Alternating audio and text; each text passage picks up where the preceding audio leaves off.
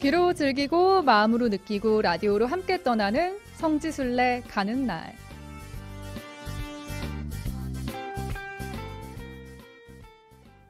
네, 성지순례 마음은 있지만 쉽게 나서기 힘드셨나요? 또 궁금하긴 했지만 어떻게 준비해야 하는지 또 어떤 곳들이 있는지 막막하기만 하셨을까요? 그렇다면 매주 금요일 이 시간 함께해 주시기 바랍니다. 매주 금요일 성지순례 가는 날 코너를 페이스북과 유튜브를 통해서 보이는 라디오로 또 사진도 함께 보시면서 함께 하실 수 있고요. 페이스북 광주 가톨릭 평화방송 온에어 또 유튜브 광주 가톨릭 평화방송 계정 통해서 함께 해주시기 바랍니다. 가톨릭 해외 성지와 국내 성지를 2주씩 번갈아 가면서 소개해드리고 있어요. 지난주에 이어서 오늘도 국내 성지로 떠나보겠습니다. 국내 성지 안내를 맡아주실 분 함께 하시는데요. 안녕하세요. 안녕하세요. 평화를 빕니다. 평신도의 눈높이에서 친근하고 소박하게 여러분과 국내 성지 이야기를 함께 나눌 비아동 본당 조명순 글라라입니다. 네, 오늘 성지순례 가는 날 국내 성지로 함께 떠나보시면서 여러분들의 소감, 이야기, 응원들 100원의 정보 이용료가 있는 문자 메시지 샵 5005번으로 남겨주시면 좋겠습니다.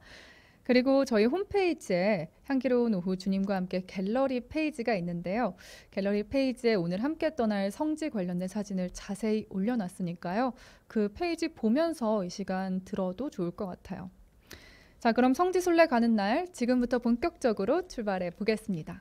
출발!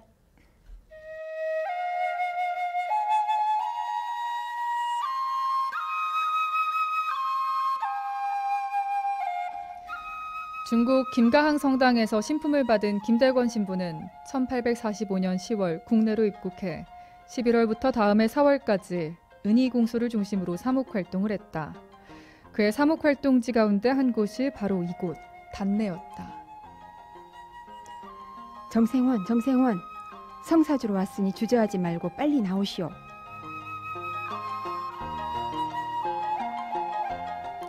성사를 주고 떠나는 김대권 신부를 전송하기 위해 정은 바오로와 그 가족들이 밖으로 나왔다. 내가 이렇게 밤중에 다니는 것은 나 자신보다도 교우들에 대한 외인의 이목 때문이니 부디 나오지 말고 집안에 있으시오.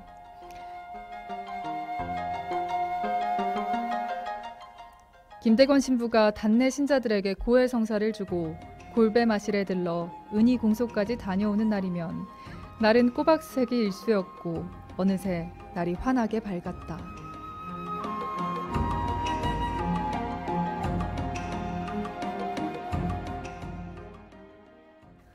네, 오늘 앞서 성 김대건 안드레아 신부님의 사목활동에 관한 이야기 잠시 전해드렸습니다. 오늘 함께 떠나볼 성지, 어떤 성지인가요? 네, 지난 시간에는 일가족의 순교자를 기념하는 의정부교구 마제 성가정 성지를 다녀왔고요. 이번 시간에는 서로 가족관계인 순교자들을 기념하는 수원교구 단내 성가정 성지로 가보겠습니다. 네, 지금 단내 성가정 성지 사진 보이는 라디오 화면으로도 나가고 있습니다. 이번 달이 순교자 성월인데요. 그리고 그 다음 주가 온 가족이 모이는 추석 명절이잖아요. 오늘 단내 성가정 성지로 떠나는 순례 여정, 청취자분들도 함께 하시면서 가족의 의미를 되새겨보고 또 신앙 선조들의 순교 정신에 대해서 묵상해보는 시간들 되셨으면 좋겠네요. 자매님, 그럼 본격적으로 이 단내 성가정 성지의 정확한 위치부터 알려주세요. 네, 단내 성지는 경기도 이천시 호범면에 있습니다. 단내 성지는 병인 박해 때 남한산성에서 순교한 정은 바오로와 그의 제종손인 정양묵 베드로의 고향이자 유해가 묻혀 있는 곳입니다. 또한 이천에서 태어났거나 관련된 5분의 성인을 기념하는 성지이기도 하고요. 김대건 신부님의 사목활동지로서의 의미도 있습니다. 특히 이곳이 성가정 성지가 된 이유가 있는데요. 네. 정은 바오로와 정양묵 베드로는 조선 관계이고요. 이호영 베드로와 이조이 아가타는 남매지간, 그리고 조증이 바르바라와 남이관 세바스티아노는 부부 사이여서 이곳에서 기념하는 7분의 순교자 가운데 이문우 성인을 제외하면 모두가 가족 순교자입니다. 그래서 이곳이 성가정 성지로 지정을 받게 되었습니다. 네, 지금 보이는 라디오 화면에도 나가고 있네요. 네. 정은 바오로와 정약묵 베드로의 사진 그 왼쪽 상단에서 확인하실 수 있고요. 또 단내 성지는 우리나라에서 가장 오래된 교우촌 가운데 한 곳이기도 합니다. 네, 1779년 겨울 천지남 주어사에서 권철신의 주재로 열린 강화회에 참석했던 이 기양이 1788년부터 외가가 있던 단내에 와서 살면서부터 이곳 단내가 천주교와 인연을 맺게 되는데요. 단내는 한국 교회 창건기로부터 오늘에 이르기까지 끈질기게 신앙으로 고수해온 참으로 유서 깊은 교우촌으로 오늘날까지도 그 신앙을 이어오고 있다고 합니다. 네, 단내 성지를 직접 다녀오셨잖아요. 네네. 자매님이 직접 느낀 단내 성지 어떤 곳이었나요? 단내 성지는 앞으로는 단천이 흐르고요. 네. 뒤로는 와룡산이 감싸고 있는 아름다운 자연 경관 속에 자리 잡고 있는 성지입니다. 제가 차를 타고 단내 성지로 가는 길에 우연히 먼 산을 이렇게 바라보게 되었는데요. 멀리 산 위에서 그 예수 성심상이 이렇게 보이더라고요. 네. 마치 저를 기다리고 계시는 것만 같아서 갑자기 가슴이 설렜었는데요. 그 성지 안내서에서 소개하는 것처럼 가정 성화를 위해 기도하고 성가정으로 살아갈 은총을 구하기 위해 순례하는 조용하고 아늑한 하느님의 뜰로 손색이 없었습니다. 네, 조용하고 아늑한 하느님의 뜰, 네. 단내 성지, 저희도 오늘 함께 성지 순례 둘러보도록 하겠습니다. 앞서 성 김대건 안드레아 신부님의 사목 활동에 대한 일화를 들려드렸습니다. 네. 이 단내 성지 내에 김대건 신부님 로라는 오솔길도 있다고요. 네네. 단내성지 주차장에서 사무실에 이르는 오솔길로 김대곤 신부님께서 그 정은 바오로 댁을 찾아서 성사를 주시고 골배마실로 떠나실 때 걸으셨던 길이 성지 진입로로 조성되어 있습니다. 김대건 신부님로 입구에는 예수 마리아 요셉 성상이 반겨주시는데요. 네.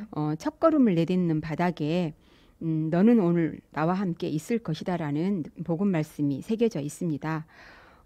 김대건 신부님 노를 걸으면서 밤을 꼬박 세워 걸으며 몸을 아끼지 않고 신자들을 보살피셨던 김대건 신부님의 열정을 생각해 보았습니다. 네, 이 성지의 입구 진입로에서부터 김대건 신부님의 그 열정을 되새겨 볼 수 있을 것 같아요. 네네. 자, 그럼 이제 단내 성지의 7분의 순교자분들도 만나봐야겠죠. 네. 먼저 단내가 고향인 정은 바오로와 정약묵 베드로 순교자를 만나보겠습니다. 정은 바오로는 신유박해 3년 후인 1804년에 단내에서 태어났습니다.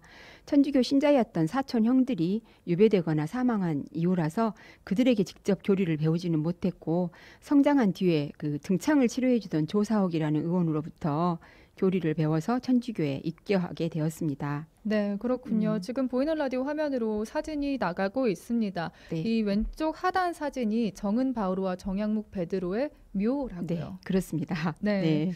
또 정은 바오로가 천주교 신앙을 받아들이고 열심히 복음을 전하면서 신앙생활을 하던 중 1866년에 병인 박해가 일어나게 되는데요. 그리고 정은 바오로는 집으로 들이닥친 포졸들에게 잡히게 됩니다. 네. 정은 바오로는 잡혔으면 가야지. 주님이 나를 부르시는데 아니 가고 어쩌겠는가 하시며 태연히 떠나셨다고 합니다. 정은 바오로가 잡혀가자 제 종손인 정약묵 베드로도 나도 천주교 신자입니다. 대부를 따라 치명하러 왔으니 나도 죽여주시오 하며 스스로 들어가셨답니다. 그러면 그 후에는 어떻게 됐나요?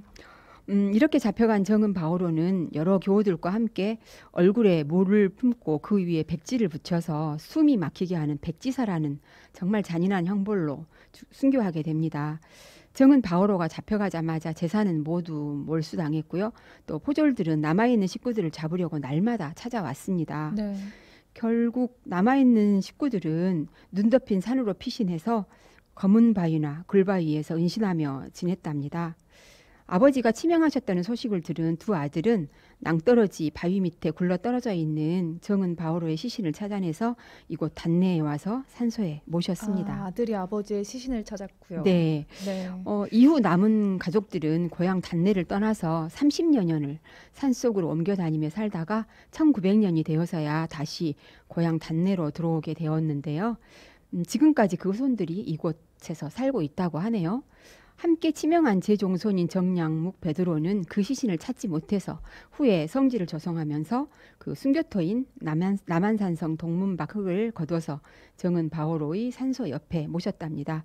이 두 분 순교자는 2013년 3월 하느님의 종으로 선정되어서 현재 시복을 기다리고 있는 네, 중입니다. 이 두 분 순교자의 시복을 위해서 두 손 모아 기도해 보고요. 네네. 또 이제 단내성지에 순교비가 있는 5분의 성인 성녀들에 대한 이야기도 나눠보겠습니다. 네. 5분들은 모두 1984년 5월 6일 교황 요한 바오로 2세에 의해서 시성된 분들입니다. 먼저 이문우 성인은요. 단내성지 앞동네인 동산리 마을의 양반 교우집에서 태어났습니다.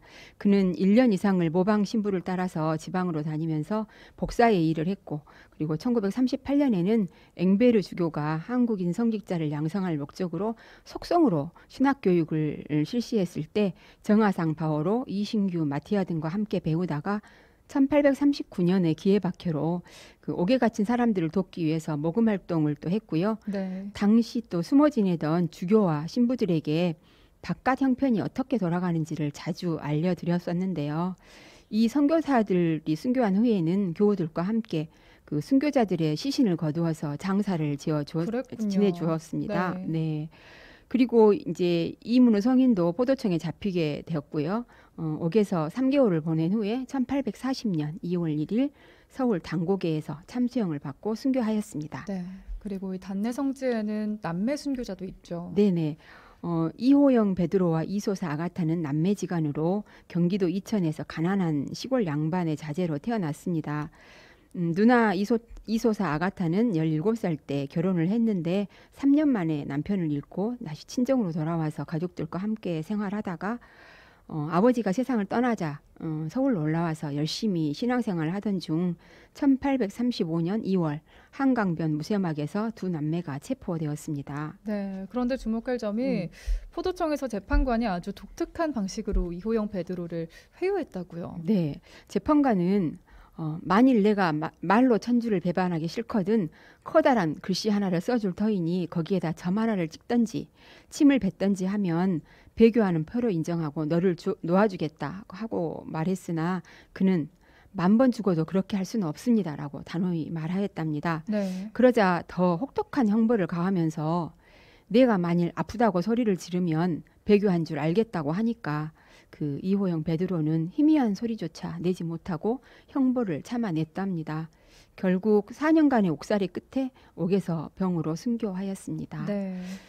그리고 누나인 이소사 아가타도 3년 남짓 오랜 옥고를 치른 후에 서서문 박 형장에서 8명의 고위들과 함께 참수형으로 순교하였습니다. 네, 오늘 성지 순례 가는 날 단내 성지 순례하고 있습니다. 이 단내 성지의 부부 순교자에 관한 이야기도 들어볼게요. 네, 서울 양반 교우 가정에서 태어난 남이관은 18살 때 경기도 이천에 역시 양반 교우의 가정에서 태어난 16살의 조증이와 결혼을 하였습니다.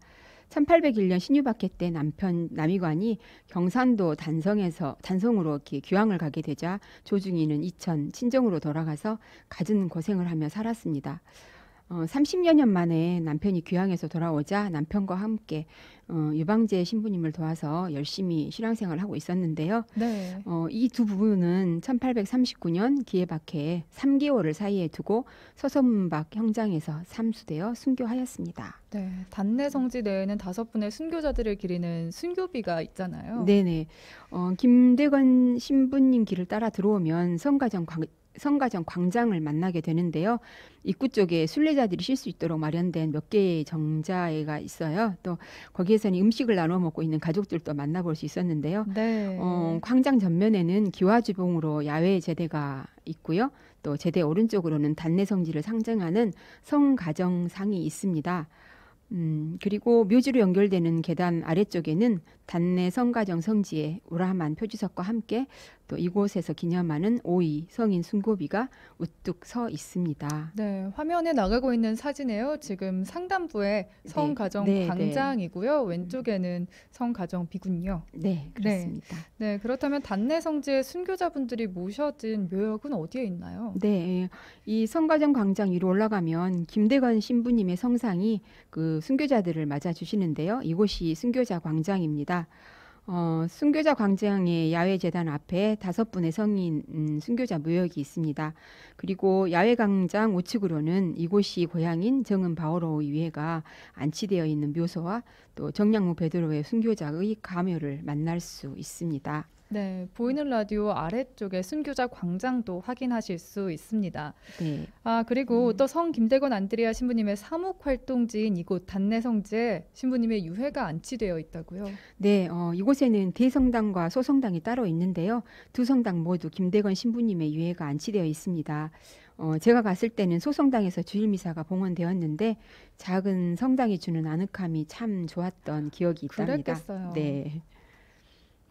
그리고 또 단내성지 내부를 자세히 둘러볼 필요가 있겠습니다. 네, 소성당 가는 길 왼편으로는 그 성모 동산이 조성되어 있습니다. 성모 동산으로 가는 길에 순간 걸음을 멈추게 하는 글이 있었는데요. 네, 지금 단내성지에 있다고 생각하면서요. 성모동산 가는 길에 남겨진 복음 말씀 읽으면서 잠시 묵상하는 시간 가져보겠습니다. 이곳에 들어오는 모든 이는 온전한 마음으로 들어오라. 홀로 머물러라. 다른 사람이 되어 나가라.